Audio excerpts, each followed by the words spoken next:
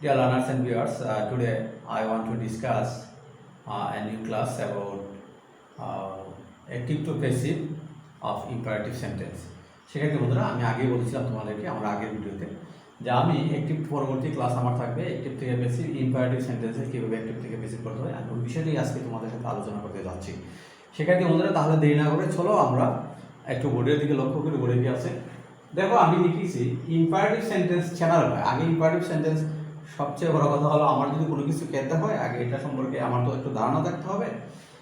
তা ঠিক আছে, আমি আগে দেখি একটিতে ইম্পারেটিভ সেন্টেন্সের পেসিভ করতে হলে আমাদেরকে আগে ইম্পারেটিভ সেন্টেন্স চিনতে হবে। কীভাবে চিনব?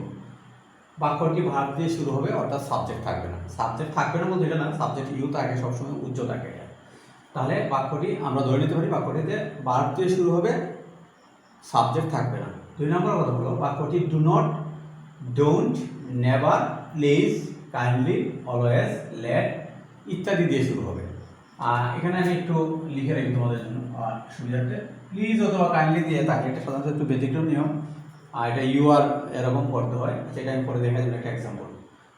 এই থাকলে বুঝবো, এভাবে যদি থাকে তো বুঝবো এটা ইম্পারেটিভ সেন্টেন্স। তারপরে কি আমাদের ইম্পারেটিভ বাক্যের পেসিভ করার নিয়ম। যদি বাক্যটা ইম্পারেটিভ হয় তাহলে এটার পেসিভটা আমরা কীভাবে করবো? আমি এখানে ঠিক সেম আগে যেভাবে অ্যাক্টিভ থেকে বেসিক করতাম আমি কয়েকটা রুল দিয়েছিলাম, এখানে আমি কিছু 13 রুল লিখেছি। তোমরা এটা একটা স্ক্রিনশট দিয়ে রাখো, যাতে এটার মাধ্যমে তোমরা দেখে দেখে আবার করতে পারো এইগুলা এক্সাম্পলগুলো।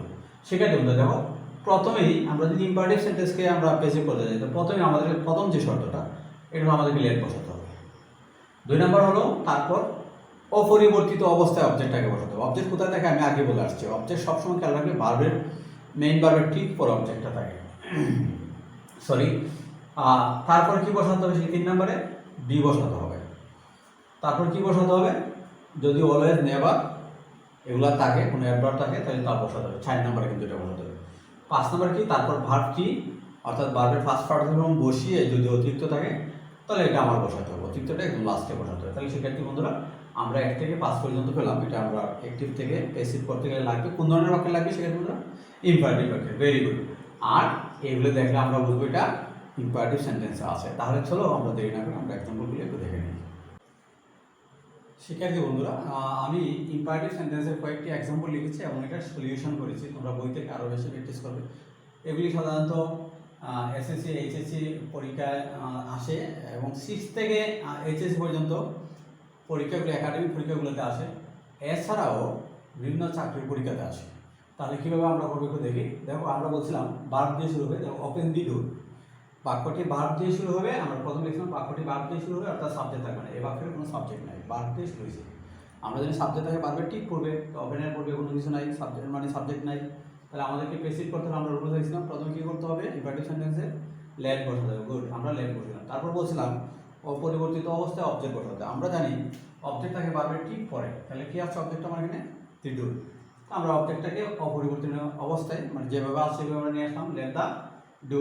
তারপর আমরা বলছিলাম বি বসাতে হবে, বসিলাম আমরা বি। তারপর আমরা বলছিলাম অলওয়েজ, নেভার, তাহলে তা বসাতে হবে। নাই বসাবো, নাই যেহেতু এটা আমাদের শেষ, এটা আমাদের বসাতে হবে। তারপর বলছিলাম আমরা ভার্ব 3 বসাতে হবে। আমরা ওপেন থেকে ওপেন লিখলাম, অর্থাৎ ভার্ব 3 আমরা লিখলাম। সেক্ষেত্রে বন্ধুরা এরকম এক্সাম্পল যদি আসে আশা করি এখন তোমরা পারবে। আমি অপরিবর্তিত অবস্থা অবজেক্ট বলতে আমরা যদি এরকম হতো, এখানে দা ডোরের জায়গায় কোনো প্রনাউন হতো, ওপেন দি ডোর না হইয়া এরকম বাক্যটা যদি আমরা যদি এরকম বলতাম কল হিম, তাহলে আমরা লিখতে পারতাম হিমটা আমরা আর পরিবর্তন করতাম, তখন আমরা লিখতাম লেট হিম বি কল্ড। বুঝে আসছে? আশা করি তোমরা বুঝতে পেরেছো। পরে এক্সাম্পল দেখো, অলওয়েজ স্পিক দ্য ট্রুথ। বেশি আমরা বলছিলাম বাক্যটি always, never, please, kindly, do not, don't দিয়ে শুরু হবে। দেখো অলওয়েজ দিয়ে শুরু হয়েছে বাক্য। কিন্তু আমরা প্রথমে কী বসাতে হবে? গুড, লেট বসাতে হবে। তারপর বলছিলাম অপরিবর্তিত অবস্থায় অবজেক্ট বসাতে হবে। অবজেক্ট আমার কী আছে? The truth. আমরা আবার বলছি ভার্বের ঠিক পরে থাকে অবজেক্ট আছে, দ্য ট্রুথ আমি আসলাম লেট দ্য ট্রুথ অপরিবর্তিত অবস্থায়। তারপর বলছিলাম বি বসাতে হবে, বি বসাই দিলাম। তারপর বলছিলাম অলওয়েজ, নেভার এগুলা যদি কোনো অ্যাডভার্ব থাকে বসাতে হবে। অলওয়েজ ছিল, আমরা অলওয়েজ বসাই দিলাম। তারপর বলছিলাম 5 নম্বরে আমাদের ভার্ব 3 বসাতে হবে। স্পিক, স্পোক, স্পোকেন, আমরা ভার্ব 3 বসে দিলাম। অতিরিক্ত যদি থাকতো তাহলে আমরা অতিরিক্তটা বসিয়ে দিলাম। সেক্ষেত্রে বন্ধুরা আশা করি অলওয়েজ দিয়ে, নেভার দিয়ে, এগুলো দিয়ে আসলেও তোমরা পারবে। পরে একটা এক্সাম্পল দেখো, ডু নট অথবা ডোন্ট দিয়ে। আমি এখানে ডু নট, ডোন্ট একই জিনিস, সেটাকে আমি ডু নট আর লিখি না, আমি সংক্ষেপ লিখছি ডোন্ট। এরকম দুইটা এক্সাম্পল লিখেছি। প্রশ্ন করবে স্যার দুটি এক্সাম্পল কেন লিখেছেন? দুটি এক্সাম্পল লেখার আমার কারণ আছে। এইগুলাতে একটা কনফিউশন থাকে, এই কনফিউশনটা দূর করার জন্য আমি এখানে তোমাদেরকে দুটি এক্সাম্পল দিয়েছি। দেখো, ডোন্ট নেগলেক্ট হিম। শিক্ষার্থী বন্ধুরা, এই ভার্বের পরে ডোন্ট দিয়ে যদি শুরু হয়, আবার খেয়াল করো, ডোন্ট অথবা ডু নট দিয়ে যদি শুরু হয়, ভার্বের পরে নাউন অথবা প্রনাউন থাকতে পারে। ভার্বের পরে নাউন অথবা প্রনাউন থাকতে পারে। যদি এটা এখানে কি আছে, এটা প্রনাউন আছে, গুড। তাহলে আমার নিয়ম ঠিক আছে, প্রথমে লেট বসাতে হবে, তারপর অপরিবর্তিত অবস্থা অবজেক্ট বসাতে হবে। হিম আমি অপরিবর্তিত অবস্থা আনলাম, যেহেতু এটা না বোধক এক্ষেত্রে আমার নোট লিখতে হবে। তোমরা লেট বসাবে, অপরিবর্তিত অবস্থা অবজেক্ট বসে, অবজেক্টের ঠিক পরে একটা নোট বসাতে হবে, যেহেতু বাক্যটা না বোধক। তো অবজেক্টের পরে কোন সময় বসাতে হবে, কোন সময় আগে বসাতে হবে। অবজেক্টটা এখানে যে অবজেক্টটা লিখবে তোমরা, অবজেক্টটা যদি প্রনাউন হয় তাহলে এর পরে লিখবে নোটটা, আর অবজেক্টটা যদি নাউন হয় তাহলে এর আগে লিখবে নোটটা। আশা করি বিষয়টা বুঝতে পেরেছ। এই জন্য আমি দুটি এক্সাম্পল দিয়েছি। প্রথমে লেট বসাই দিলাম, অপরিবর্তিত অবস্থায় অবজেক্ট বসাই দিলাম, তারপর নট বসাই দিলাম, তারপর বলছিলাম 3 নম্বর কি করবে, বি বসাতে হবে, তারপর ভার্ব 3 বসাতে হবে, যেহেতু অ্যাডভার্ব নাই। ভার্ব নেগলেক্ট ছিলাম আর নেগলেক্টেড, আমি 3 নম্বর ফর্মটা বসে দিলাম। সেক্ষেত্রে বন্ধুরা আশা করি এখানে নটের বিষয়টা ওই একটু ঝামেলা ছিল। যদি প্রনাউন হয় প্রনাউনের পরে নটটা বলবে, আর নাউন যদি এই জায়গাতে হয় লেটের পরে, তাহলে এর আগে বসবে হিম নাউনটা। আমরা একটা এক্সাম্পল দেখি, don't love at the poor. তাহলে দেখো এখানে ডোন্ট আছে, এখানে আমার একটা নাউন আছে। আমি প্রথম লেট লিখলাম, তারপর আমার অপরিবর্তিত অবস্থায় অবজেক্ট, অবজেক্ট আমার কি আছে, দি পুয়ার আছে। এটা আমার নাউন, কিন্তু এটা কিন্তু আমার এখানে প্রনাউন না। যদি নাউন হয়ে যায়, লেটের পরে যদি তোমরা নাউন বসছে আর বাক্যটা ডো নট বা ডোন্ট দিয়ে শুরু হয়েছে, এক্ষেত্রে লেটের ঠিক পরেই নাউন বসাই দেবে, এই নট বসাই দেবে। যেহেতু এটা প্রনাউন হলে, আবার বলছি, লেটের পরে যদি প্রনাউন থাকে প্রনাউনের পরে নট বসাবে, আর লেটের পরে যদি নাউন থাকে তাহলে লেটের ঠিক পরে এবং নাউনের ঠিক পড়বে নট বসাই দেবে। তাই এটাই আমরা করছি। প্রথম লেট বসিয়েছি, তারপর অপরিবর্তিত অবস্থায় অবজেক্টের ঠিক আগে নট বসিয়েছি, অপরিবর্তিত অবস্থায় অবজেক্ট বসেছি, তারপর বি বসিয়েছি, তারপর ভার্ব 3 বসিয়েছি, লাস্ট ছিল লাস্ট। আর এখানে অ্যাড প্রিপজিশন ছিল, আমি অ্যাড প্রিপজিশন আসলে এখন এটা প্রিপজিশন, এখন এটা অ্যাডভার্ব হয়ে গেছে প্রিপজিশনটা। যাই হোক, এই বিষয়ে আমি আলোচনা করবো না, এটা যেহেতু আমার অ্যাক্টিভ প্যাসিভের বিষয়, আমি পরবর্তীতে যদি আলোচনা করতে হয় তাহলে এই বিষয় নিয়ে আলোচনা করবো। সেক্ষেত্রে বন্ধুরা আশা করি তোমরা এখন ওপেন দিয়ে আসলে, মানে এরকম স্ট্রাকচারে যদি আসে তাহলে তোমরা পারবে। ঠিক আছে, আমরা আরও কিছু এক্সাম্পল দেখে নিই। সেক্ষেত্রে বন্ধুরা আমি আরেকটা বাক্য লিখেছি তোমাদের জন্য। দেখো, লেট দিয়ে লিখেছি। যদি লেট দিয়ে হয় তাহলে আমরা কীভাবে প্যাসিভ করবো, বাক্যটা যদি লেট দিয়ে হয়, let him do the work, আমরা প্যাসিভ কীভাবে করবো। এখানে অবজেক্ট কোনটা শিখেছি বন্ধুরা, হিম না, এটা হিম এখানে অবজেক্ট না। যদি হিম যদি অবজেক্ট হয় তাহলে বার কোনটা, ডু। তাহলে আমরা ডু যদি বার হয় তাহলে হিম আবার অবজেক্ট হবে। আমরা যেন অবজেক্ট কোথায় বসে, বারবার টিক পরে, তা বার হলে আমার এখানে ডু, অবজেক্ট হলো আমার ডিওয়ার। তা প্রথমে নিয়ম অনুসারে আমার লেট বসাতে হবে। ইম্পারেটিভ সেন্টেন্সের ক্ষেত্রে যদি আমরা প্যাসিভ করতে যাই, প্রথম লেট বসে দিলাম লেট, তারপর অপরিবর্তিত অবস্থায় অবজেক্ট, অপরিবর্তিত অবস্থায় অবজেক্টটা কি আছে আমার, ডিওয়ার, আমি ডিওয়ার নিয়ে আসলাম। তারপর আমাদের কি বসাতে হবে বলছিলাম, বি বসাতে হবে, বি বসে দিলাম। তারপর কোনো অ্যাডভার্ব থাকে, তারপর অ্যাডভার্ব নাই।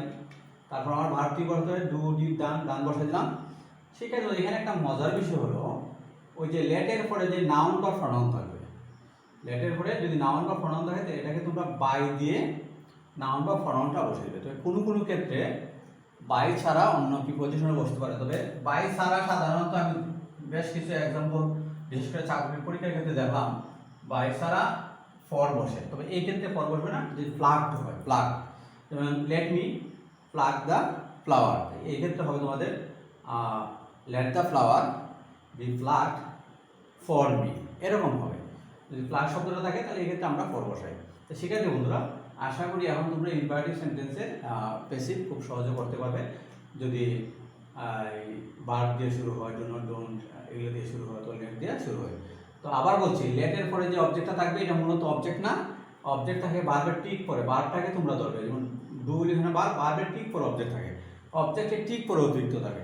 তাহলে আমরা প্রথমে লেট বসলাম, অবজেক্টটাকে নিয়ে আসলাম, তারপর বি বসে দিলাম, তারপর ভার্ব 3 বসে দিলাম, বাই বসিয়ে এখানে যে লেটের পরে যে নাউন বা প্রনাউন থাকবে ওইটাকে নিয়ে বসে দিই। ওকে, ঠিক আছে বন্ধুরা, আশা করি তোমরা বুঝতে পেরেছো। তবে বাইয়ের জায়গায় অন্য প্রিপজিশনও ক্ষেত্র বিশেষে বসতে পারে। সেক্ষেত্রে বন্ধুরা আশা করি আজকের পর থেকে তোমাদের ইম্পারেটিভ সেন্টেন্সের প্যাসিভ করতে আর কোনো অসুবিধা হবে না ইনশাআল্লাহ। আমার ক্লাসের মাধ্যমে আমার বিশ্বাস তোমরা যদি আমার ক্লাসটা ভালো করে দেখো, ভিডিওগুলো তারপর তোমাদের বই থেকে প্র্যাকটিস করো। বিশেষ করে এই ইম্পারেটিভ সেন্টেন্সের বইগুলো বেশিরভাগ আসে দেখছি চাকরির পরীক্ষার ক্ষেত্রে। আমার চাকরির প্রত্যাশী ভাই বোনদের উদ্দেশ্যে বলবো, তোমরা যদি ভালো চাকরির পরীক্ষায় ইংরেজিতে ভালো করতে চাও, বিশেষ করে অ্যাক্টিভ প্যাসিভ যদি পরীক্ষায় আসে অ্যাক্টিভ থেকে প্যাসিভ করার ক্ষেত্রে ইম্পারেটিভ সেন্টেন্সে, তাহলে আমার ওই স্ট্রাকচারটা যদি মনে রাখতে পারো, যে রুলগুলো যে 1 থেকে 5 পর্যন্ত কীভাবে সাজাতে হবে, আমার বিশ্বাস যে এখন আর কোনো অসুবিধা হবে না ইনশাআল্লাহ। তোমাদের ক্ষেত্রে যেহেতু চাকরির প্রার্থীদের ক্ষেত্রে অপশনটা দেওয়া থাকে, শুদ্ধ অপশনটা দেওয়া থাকে, তো নিয়মটা হলো যে কোথায় কী বসবে, বসার সিরিয়ালটা যদি ঠিক থাকে তাহলে আশা করি আনসারটা সঠিক হয়ে যাবে ইনশাআল্লাহ। সেক্ষেত্রে বন্ধুরা, আমার ক্লাসটি যদি তোমাদের জন্য হেল্পফুল হয়, তাহলে আমার বিশ্বাস যে তোমরা অবশ্যই আমার চ্যানেলটিকে সাবস্ক্রাইব করে আমার সাথে থাকবে। আমার পরবর্তী ক্লাস হবে ব্যতিক্রম নিয়ে, অর্থাৎ অ্যাক্টিভ থেকে বেসিক করার যত ব্যতিক্রম নিয়ে আছে, অর্থাৎ বাই ছাড়া অন্য প্রিপজিশন, কি কোন ভার্বের সাথে কোন ভার্ব থাকলে, কোন বাক্য থাকলে অন্য প্রিপজিশন বসে, এই বিষয় নিয়ে আমার পরবর্তী ক্লাস থাকবে। সে পর্যন্ত তোমরা ভালো থাকো, সুস্থ থাকো। আল্লাহ হাফিজ।